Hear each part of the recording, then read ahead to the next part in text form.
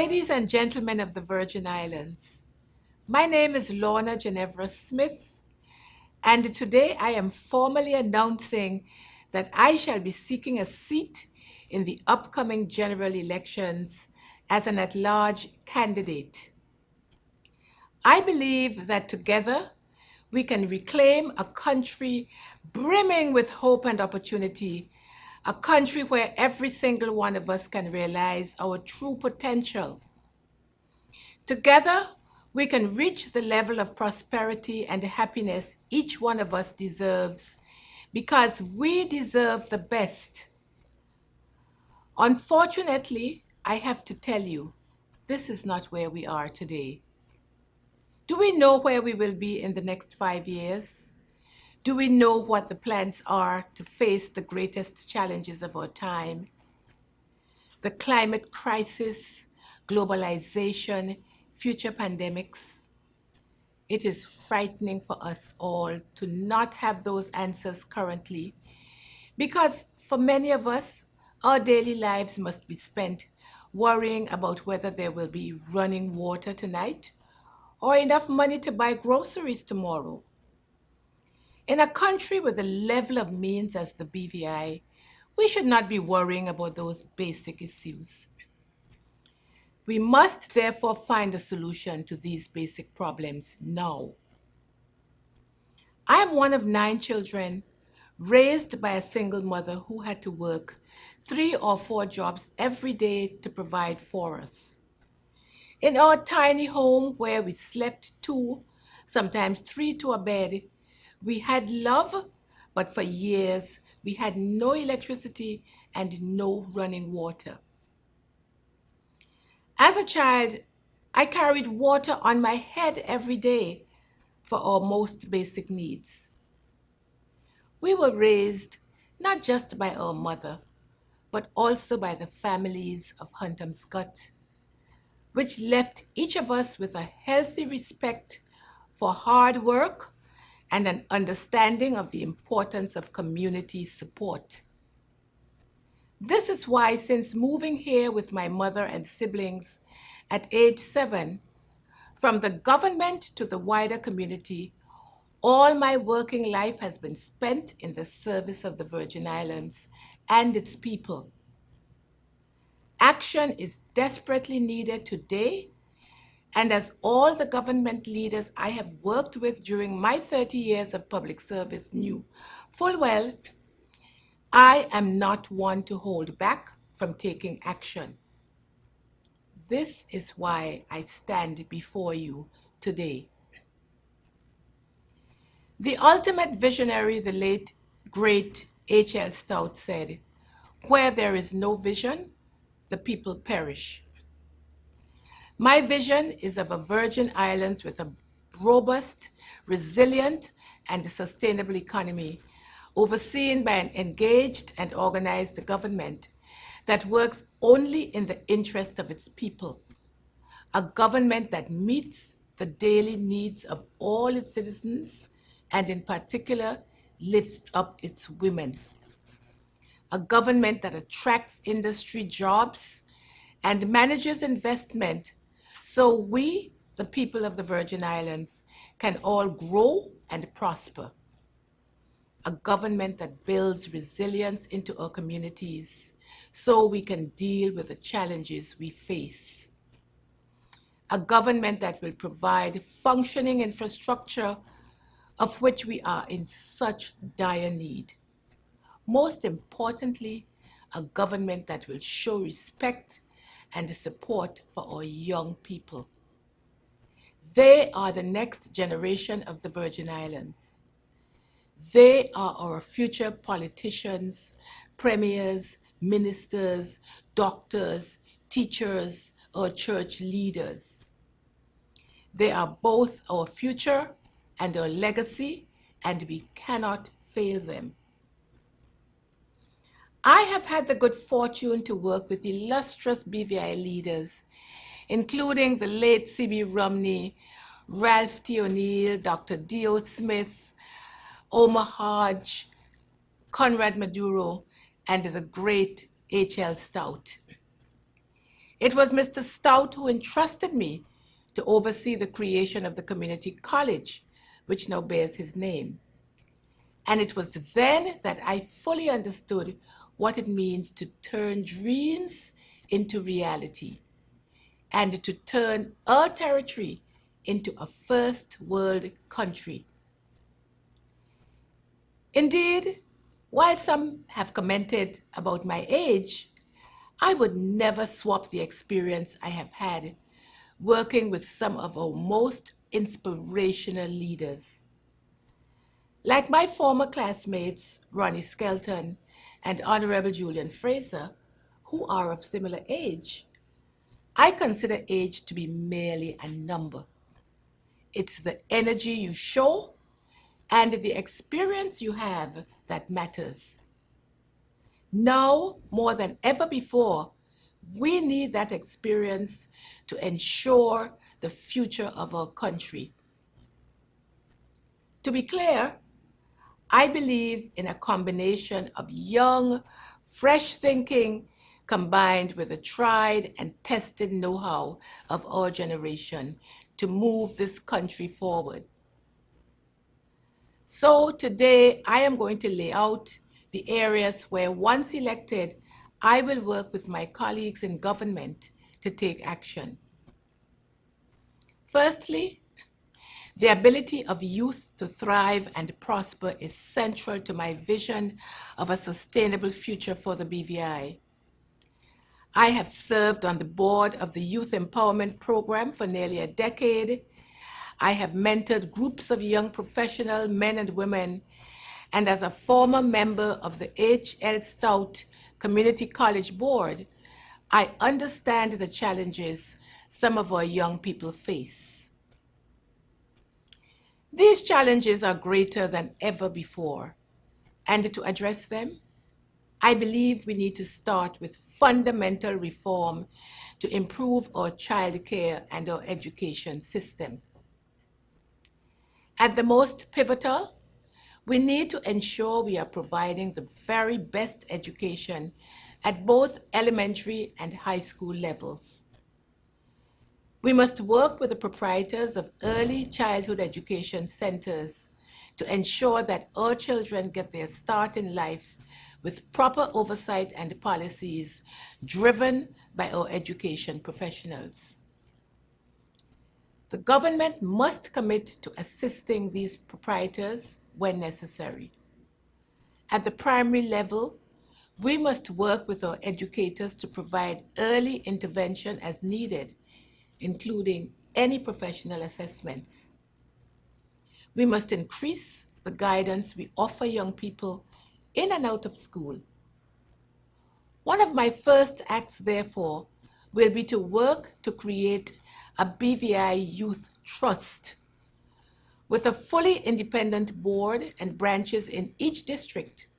The trust will step in where schools or the college currently cannot.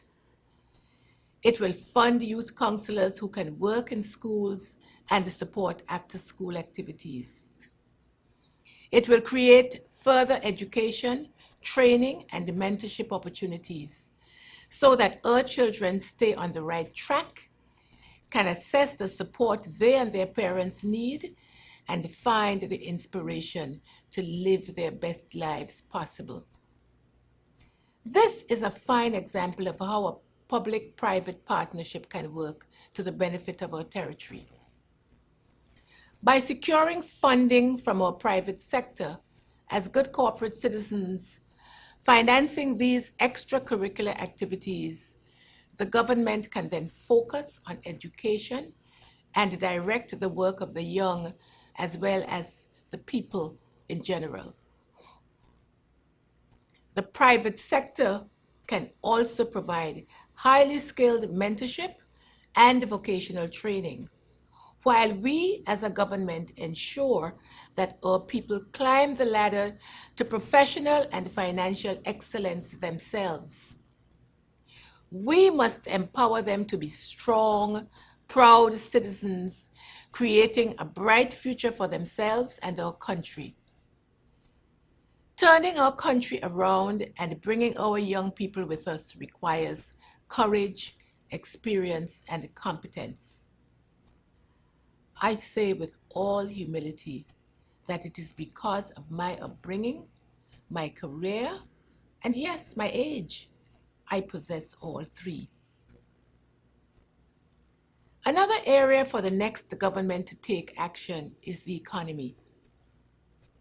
We need to put our economy on the right path. People are struggling and full of fear. You see, once I knew I was running for office and made the initial announcement, the people of this community started coming to me and telling me their stories, giving me their ideas, their struggles, and their hopes. I am a firm believer in a government for the people and by the people. And it is only by listening to those voices, the needs of the people, that we can shape all our futures. So these are not all my aspirations, but in many areas, they are equally yours. A robust and resilient economy will protect our people and enable them to progress. This calls for a clear plan to advance our interests, to protect our jobs, and to develop a new, nimble framework for the creation of small and medium-sized businesses. We must prioritize improving and removing the huge level of bureaucracy involved in this so that men and women driving such development can get on with creating new employment opportunities. We must find a way to bring down the cost of living, whether through subsidies such as customs duties exemption on basic goods, and making sure that these subsidies reach those who need them most. This is the only way we can finally grow our economy, putting it onto a truly sustainable and independent footing. So what does this mean in practice?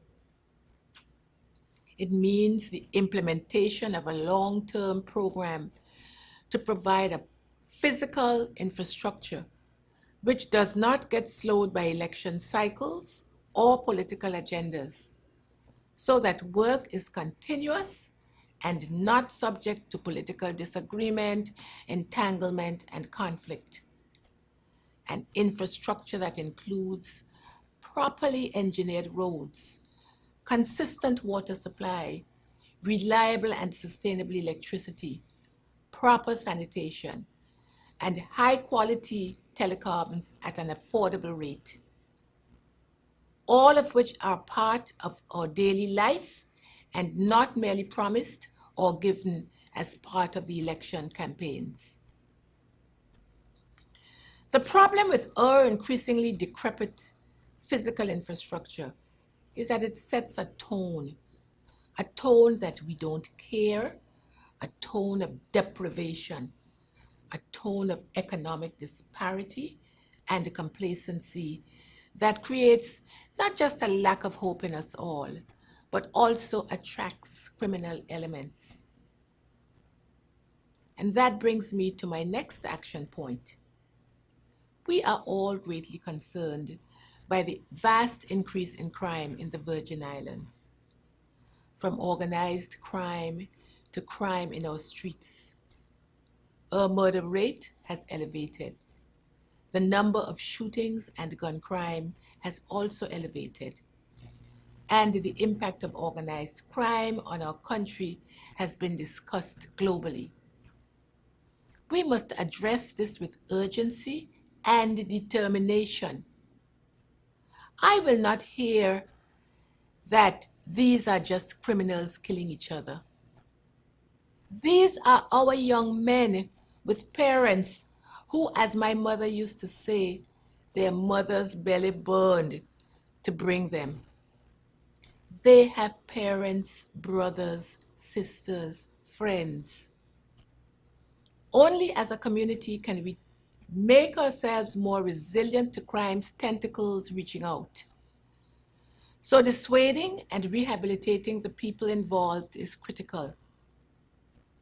I applaud the HLSCC for offering programs that aim to do just this. I will ensure that they continue to be available for anyone who might need them. This increase in crime blights our lives, takes our children, and shames our country, but it also risks our economy. As our crime rate increases, we will see a direct impact on our vital tourism and financial services sectors. While I will place our youth and their future at the center of my policies, I do not wish for us to become a nanny state. When faced with crimes, we must punish the perpetrators accordingly. While responsibility for law and order rests with the governor and by extension the UK must work with us to ensure that current crime is fought and prosecuted to its fullest capacity. The deferment of the police bill concerns me greatly, as I know it does everyone in the Virgin Islands. We will therefore introduce a new bill reflective of the responsibility of the police to protect us as citizens without treading on our human and civil rights, to be put forward within 100 days of the formation of a new government. Following the devastating hurricanes nearly 6 years ago, everyone strove to get us and our economy back on track.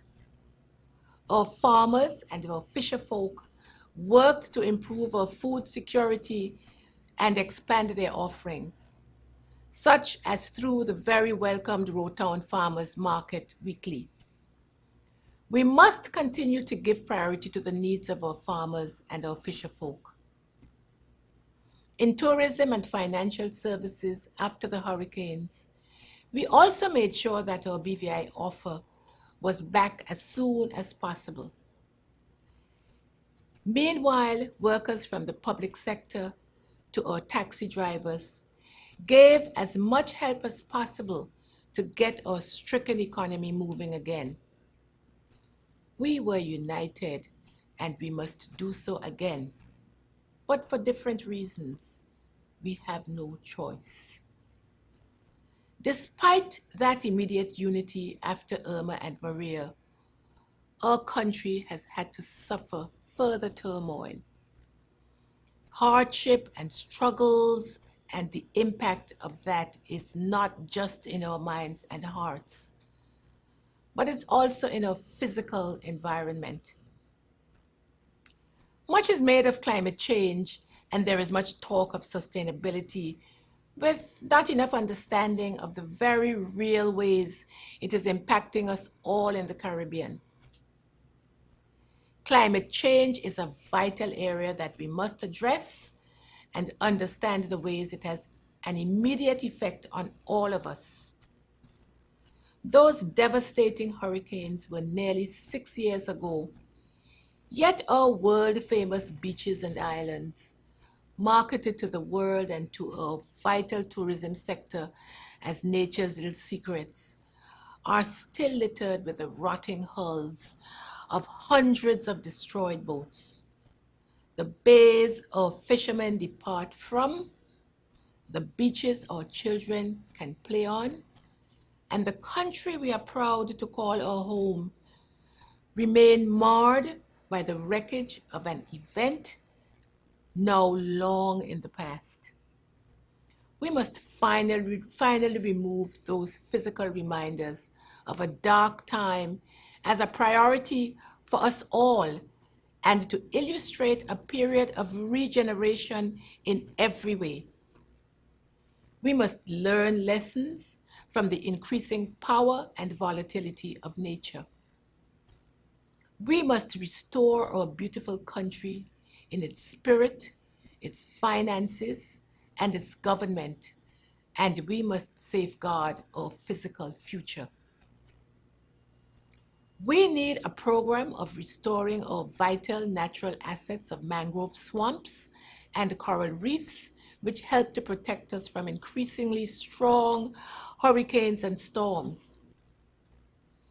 We must investigate how support for those natural assets can boost our economy and create even more jobs. We start that by removing the dereliction in our waters and upon our islands for us, for our visitors, and for our economy.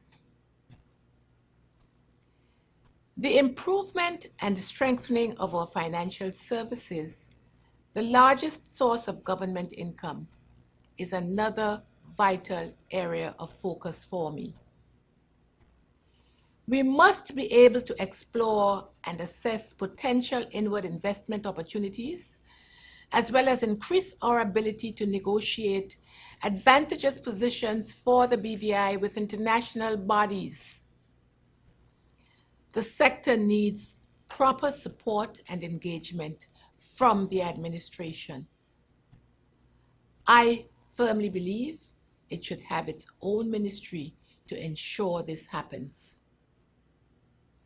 As we have recently seen with the European Union blacklisting, the Virgin Islands, without the focus a ministry can bring, we are seriously underweight and our largest resource of income as a nation is threatened. I have played my part in the growth of our financial services sector over many years. And indeed, I have been elected to the board of BVI Finance for the last 3 years, as well as being the founding director of the BVI Hong Kong and London offices, both critical to the growth of the financial services industry. We must continue to develop this key asset to ensure our government income increases and the long-term prosperity of the Virgin Islands. We must embrace new developments in this field, especially in the digital asset space, an area in which our young people can excel. Providing for the welfare of our young people, renewing our physical infrastructure, fighting crime, protecting our natural resources, and developing both our tourism and financial services sectors all cost money. I know that by now many of you will be thinking, this is all well, but how are we going to pay for it? How can we achieve this? I know that you are also concerned about promises being made that won't and cannot be fulfilled by the end of one election cycle. I understand, and believe me, I get it.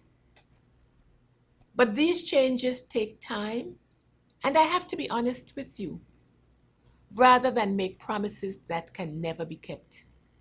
What I can say is that you will see work begin in all these areas discussed. For my part, I will work to obtain bipartisan support for these plans. I know that this can be hard to achieve.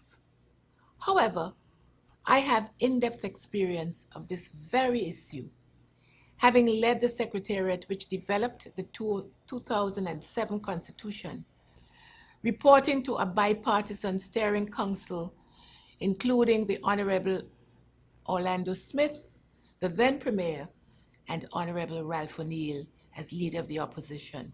So I know it can be done. We must consider all options for financing these developments, and whichever route is chosen, I can say that I will ensure plans are fully costed, transparently funded, and open to public consultation. I know what it takes to negotiate and attract the required investment. I know that with your help, we can turn this territory into a vibrant, successful economy and a society. I will address proper care of our elderly in their golden years. the challenges of our NHI system, the need for proper mental health care, providing a hot meal for those in need daily, priorities for our sister islands, and several other issues in a subsequent broadcast. I know that you feel as strongly about these as I do, but they require their own time for airing. Finally, I want to briefly address the issues of how we are governed. How we govern ourselves, the Commission of Inquiry, the pandemic, and our former premier. These issues are interlinked and are far more complex than I can possibly cover within this speech. However, they must be addressed. Within the last 2-year period in the Virgin Islands, we faced a pandemic that closed borders and ruined economies globally. Alongside a UK inquiry into integrity and honesty of our government. You may ask me my view about the former premier, but for me, that is a matter for the courts to decide upon, and it is not for me to prejudge the outcome. While the immediate effects of the pandemic are improving and the implementation of the recommendations of the Commission of Inquiry continues, we as a people have navigated these extraordinary and unforeseen disasters, and we must learn from them. What these 2 years have shown us is that we as a nation are vulnerable to attack. We as a nation are vulnerable to corruption. We as a nation must ensure we have clarity, strength, transparency, and the ability to respond to disasters, be they natural, economic, or criminal. Allow me a metaphor, and one of a wooden house built upon a fine foundation. We do not put fresh paint on rotten wood, and we do not replace the windows when the roof is missing. If we see our neighbor's house ablaze, we will help them. And if they see our house ablaze, they will help us. But helping us does not mean they own our house. If independence is to come, it has 3 deciding factors at its heart. Independence can only come with the express support and vote of the people. Independence can only come if politicians earn your trust to run the country by serving you selflessly.